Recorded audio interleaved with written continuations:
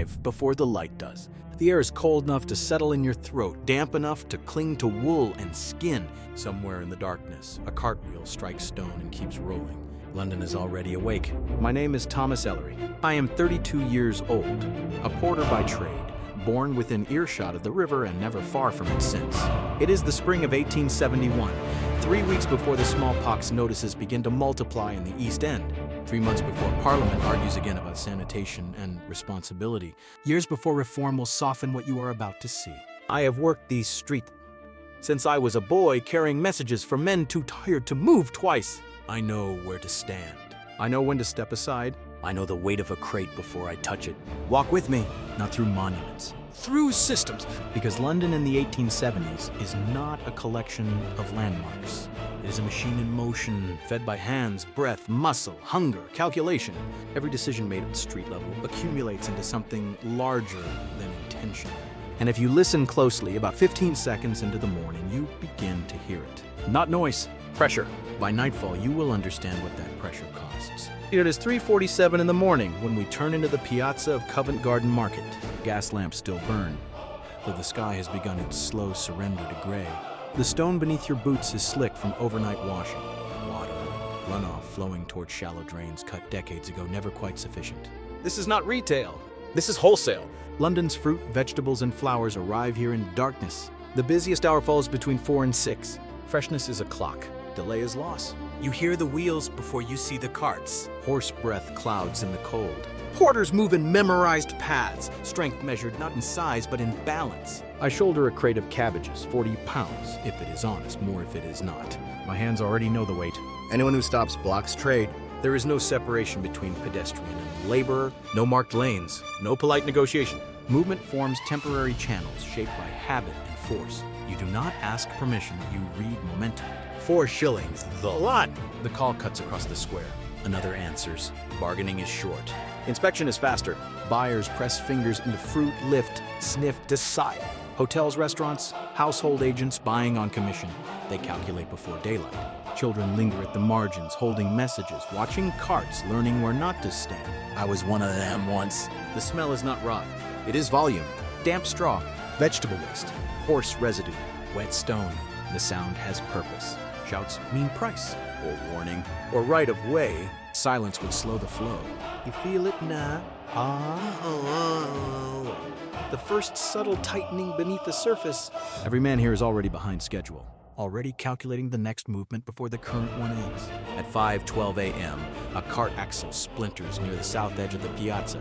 It takes 30 seconds for the flow to reroute. No one apologizes. 2 men drag the broken cart aside. Goods are redistributed. Trade continues. The market does not pause for accident. That is the rule. And rules here are not written. They are enforced by necessity. By 6:03 a.m., the eastern sky pales fully. Crates dismantle as quickly as they were stacked. Prices drop with light. Freshness declines by the minute. Feeding London begins in darkness, and darkness does not forgive hesitation. The turning point arrives quietly. You realize the city does not wait for you to understand it. It simply moves. 7 dials. Come gentle, hap, we move north. Within minutes, the open flow of Covent Garden collapses into convergence. 7 narrow streets fold into a single junction. 7 dials. Stand at the center. Look outward. Sightlines are short. Each street bends quickly.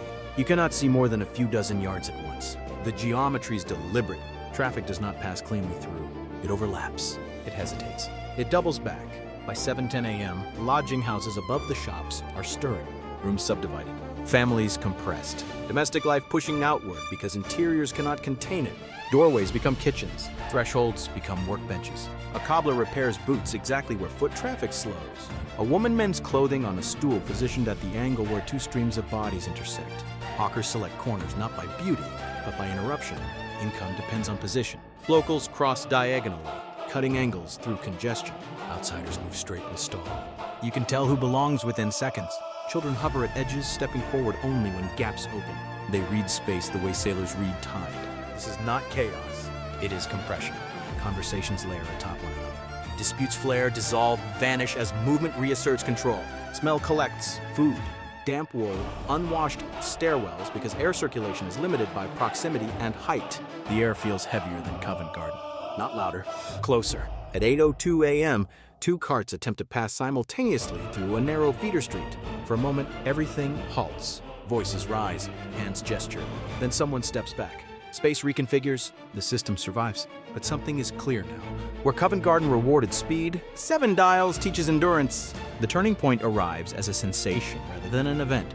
The city is narrowing, and it is not done tightening yet. Whitechapel and Spitalfields. By late morning, we move east. The light changes before the streets do.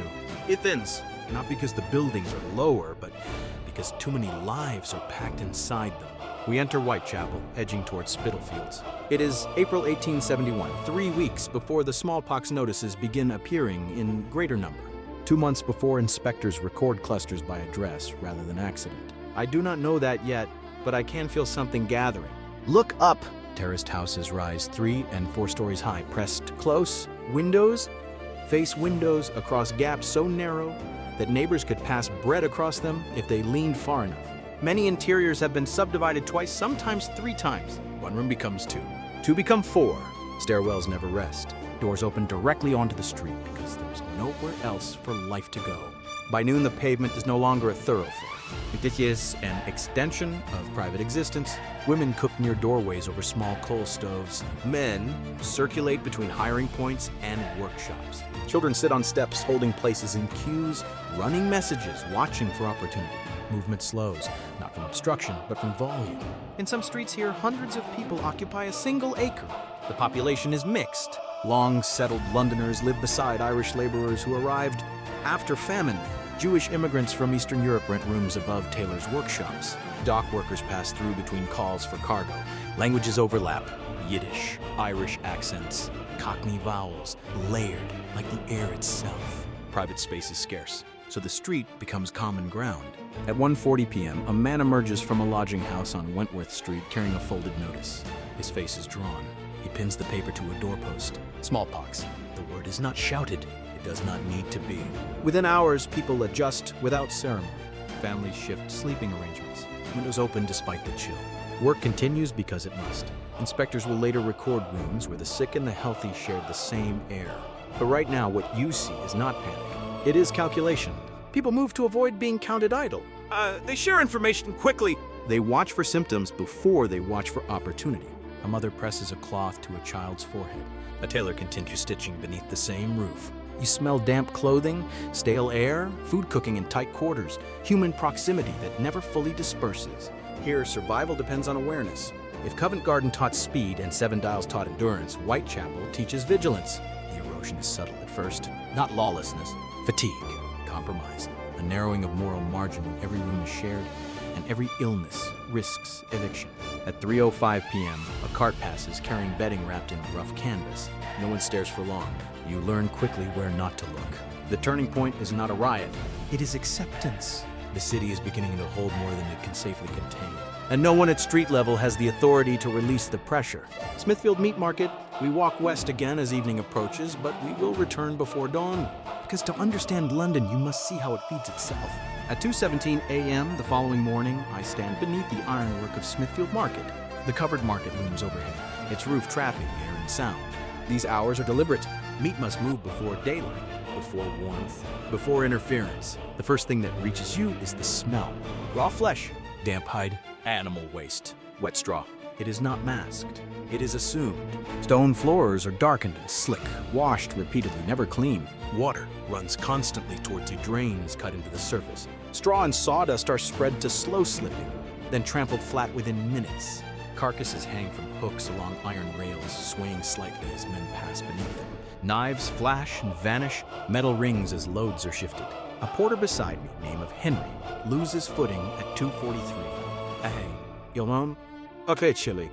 His shoulder strikes stone. The side of beef he carried swings dangerously close to another man's head. There is shouting, then adjustment.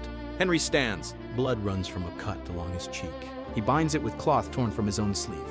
The work does not pause. Police stand at entrances, concerned with congestion rather than injury.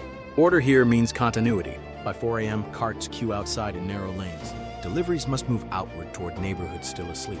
A late departure here means shortage elsewhere. How do you feed a city of nearly 3 million without refrigeration? You rely on timing. You accept risk. You normalize injury. You assume that repetition will hold. Smithfield operates not on comfort, but on precision. At 5:12 a.m., a hook slips. A carcass drops heavily onto the stone. Men jump back. No one laughs. The schedule absorbs the interruption. Feeding London requires repetition, a danger, and a quiet agreement not to look too long at the cost. When dawn breaks, meat is already moving toward breakfast tables that will never smell what I smell now. The erosion deepens here, not of morality alone, but of distance. You begin to understand how far the city is willing to go, out of sight of those who benefit. The turning point comes as realization. Sustaining London demands sacrifice measured in bruises, blood, and breath, and the sacrifice is unevenly distributed. St. Catherine Docks, by mid-morning carts leaving Smithfield Bend toward the river. You can smell it before you see it. Tar, wet rope, timber soaked in tide. We approach St. Catherine Docks, a controlled gateway where London meets what lies beyond it. Tea from India, sugar from the Caribbean, tobacco, wool, spice, cargo shaped by empire and distance. It is June 1871 now. Smallpox cases have begun to cluster in the East End. Notices are no longer rare. I have seen 2 houses marked within a single week. But here at the docks, illness is secondary to selection. Work is not guaranteed. At 10:06 a.m., men gather outside the gates, caps in hand, boots worn thin at the sole. Some have walked since dawn from Whitechapel. Others slept in lodging houses nearby, paying for a bed they may not afford tomorrow. The process of hiring lasts less than 5 minutes. A foreman steps out. He does not explain. He gestures. You, not you. A nod. A shake of the head, a finger pointed. Those chosen move immediately toward the basin. Those refused drift sideways without protest, scanning for other gates, other opportunities, calculating how long their coins will stretch. The street absorbs both outcomes without comment. Inside the docks, order appears absolute. Brick warehouses rise directly from the water's edge. Openings are narrow. Streets curve to accommodate cranes, carts, and stacked cargo, not pedestrians. Nothing is improvised. Chains tighten in practiced rhythm. Loads swing vertically, then horizontally along fixed rails. But beneath that structure lies fragility. At 11:22 a.m., a crate of tea slips during transfer. It falls 6 feet, splitting at one corner. The scent of leaves bursts into air, sharp and earthy. The foreman swears. 2 men are docked. Pay for the mishandling. One will not be called tomorrow. This is how collapse happens here, not through riot, but through precarity. The dock labor system depends on excess men and insufficient guarantees. Hunger disciplines better than policy. I have worked these gates on days when I was selected, and I have stood outside them when I was not. On those mornings you learn something vital. The empire's goods are secured more tightly than the empire's workers. At 1:03 p.m., clouds gather above the basin. Rain begins, light at first. Planks near the water darken quickly. Stone farther inland stains under runoff. Work continues. It must, because if the docks slow, markets slow. If markets slow, kitchens wait. If kitchens wait, London notices. The power structure appears solid, brick, iron, schedule. But it rests on a daily gamble that enough men will be desperate enough to show up. The turning point settles like the tide. The system does not protect those who sustain it. It replaces the Victoria Embankment. By late afternoon, we leave the docks and walk west along the Thames. The river once flooded freely, carrying refuse and consequence alike. But now in 1871, something new defines its edge. We step onto the Victoria Embankment. It is one of the largest engineering projects London has attempted, completed only recently. Its purpose is practical. Control flooding, carry the new sewer system designed by Joseph Bazalgette, create a reliable roadway, stabilize the riverbank. Multiple crises answered at once. Stand here. The difference is immediate. A continuous stone wall holds the Thames in place. Above it stretches a broad road and straight promenade. Gas lamps align at regular intervals. Trees are planted with deliberate spacing. Nothing spills outward. The surface is dry because it is designed to be dry. Beneath your feet, enclosed brick tunnels carry sewage that once ran openly through streets and shallow drains. Waste no longer pools where people walk. It travels downstream out of sight. At 4:18 p.m., clerks cross the roadway in measured lines. No hawkers interrupt. No hiring crowds gather. No crates obstruct passage. Movement is continuous, predictable. Sound behaves differently here. It spreads rather than stacks. Footsteps fade instead of colliding. You feel relief, but relief is engineered. Earlier this year, I walked Whitechapel streets where sewage seeped into cellar floors. I've smelled summer heat thick with waste. The great stink of 1858 forced Parliament to act. But the solution did not erase filth. It redirected it. At 5:02 p.m., I'd lean against the stone balustrade and look downriver. Somewhere beyond sight, effluent travels eastward toward districts already burdened. Congestion shifts inward. Disease migrates. Pressure relocates. The embankment does not absorb London's weight. It conceals it, and concealment changes behavior. Couples stroll without scanning for carts. Officials move uninterrupted. The rule here is different. When systems go underground, the surface appears calm. But calm is not absence of strain. It is choreography. As evening approaches, gas lamps ignite one by one. The promenade brightens into controlled spectacle. And spectacle is the next phase of the city's evolution. The turning point arrives with unsettling clarity. London has learned not just to endure pressure, but to hide it. Leicester Square and Soho evening settles westward. By 7:26 p.m., the air shifts again. Not thinner, not cleaner, but charged differently. We step into Leicester Square and the surrounding district of Soho. Here, pressure is not hidden. It is converted. Gaslight flattens shadows across the open square. Faces glow amber beneath iron fixtures. The streets feeding inward are narrower than they first appeared, funneling bodies toward theaters, music halls, public houses, cafes. This is where movement is meant to stop. After a day negotiating carts, cargo, contagion, and calculation, people come here to pause. But pause is never neutral. At 7:41 p.m., a queue forms outside the Alhambra Theater. The building hums with anticipation. Its history is already tangled with controversy. License withdrawn once over the nature of its performances, later restored when demand proved stronger than restraint. Regulation responds when crowds become visible. Scale, not morality alone, triggers authority. Men in clerks' coats stand beside soldiers on leave. Couples negotiate entry prices in hushed tones. Visitors from outside the district hesitate before committing to a ticket. Vendors orbit the margins, selling roasted nuts and cheap pamphlets. Police remain present, but passive. They observe behavior rather than directed. Cabs slow the street, forming bottlenecks. Wheels grind softly over stone. Laughter spills from doorways, then cuts abruptly as curtains close and performances begin. The crowd is mixed by function, not unity. A pickpocket brushes too close at 8:03 p.m., testing a pocket, withdrawing when the angle fails. No alarm is raised. The street teaches you to recover quietly. Alcohol alters posture more than mood. Shoulders loosen. Voices rise half a register. Fatigue softens into temporary buoyancy. But watch closely. Money flows steadily inward. At counters, at bars, at ticket booths. The day's wages, earned at docks, markets, workshops, transfer into spectacle. Leisure does not remove pressure. It reshapes it. Inside the theater, applause swells and recedes like tide. Outside, the square holds. Those waiting for second showings, those unwilling to go home yet, those with nowhere particular to return to. At 9:37 p.m., a minor dispute breaks out near the curb. Two men jostling for position as a cab door swings open. Voices sharpen, then flatten. The tension dissolves as quickly as it formed. The system remains intact, but something subtle has shifted over the course of this day. At Covent Garden, you learn speed. At Seven Dials, compression. At Whitechapel, vigilance. At Smithfield, sacrifice. At the docks, precarity. At the Embankment, concealment. Here in Leicester Square, you learn conversion. Pressure is not eliminated. It is redirected into light. And light can be blinding. By 11:58 p.m., the crowd thins. Gas lamps flicker against damp air. The square empties in waves rather than all at once. People disperse along the same feeder streets that delivered them hours earlier. Some return to boarding houses, some to narrow rooms in Soho, some eastward toward Whitechapel, walking longer than they would admit, calculating coin left in pocket. I remain a moment longer. My name is Thomas Ellery. It has been 3 months since I first noticed the smallpox notices multiplying. 2 days since Henry at Smithfield failed to appear for work. 1 week since I stood outside the dock gates and was not chosen. Tonight, as the last carriage wheels away, I understand something I did not at dawn. London is not collapsing. It is adapting. But adaptation has a cost measured in human margins. The embankment hides sewage beneath stone. The docks replace men without pause. Markets normalize injury.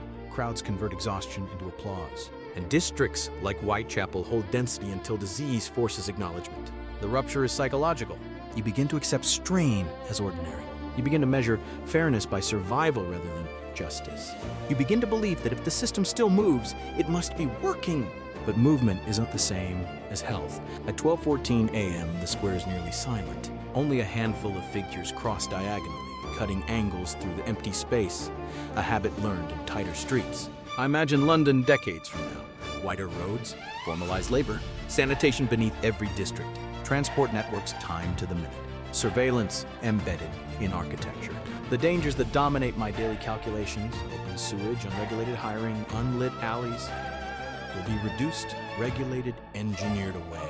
But some patterns will remain. Pressure will still gather where space tightens. Work will still dictate movement. Leisure will still absorb fatigue rather than resolve it. Systems will still relocate burden rather than erase it. Victorian London is not a lost world. It is a foundation. This city trains itself in how to move millions without stopping, how to hide what sustains it, how to function under strain. And once you see it, once you have walked these streets from darkness to gaslight, you cannot unsee the structure beneath the surface. Tomorrow before dawn, I will return to Covent Garden. Because the system doesn't remember yesterday, it only continues. You have walked through Victorian London as it operated in the 1870s. Not as a collection of preserved landmarks, but as a living mechanism. From Covent Garden Market to Seven Dials, from the density of Whitechapel to the peril of Smithfield Market, from the precarious gates of St. Catherine Docks to the engineered calm of Victoria Embankment, and finally into the illuminated convergence of Leicester Square, you have seen how a city absorbs, redirects, and survives pressure. The modern metropolis didn't appear fully formed. It was trained, disciplined by density, reshaped by disease, engineered by crisis, refined by repetition. Tron, if is so on. If this reconstruction changed how you see London, or how you see your own city, tell me which street unsettled you most, because the past is not silent. It is structured, and it is still moving beneath our feet.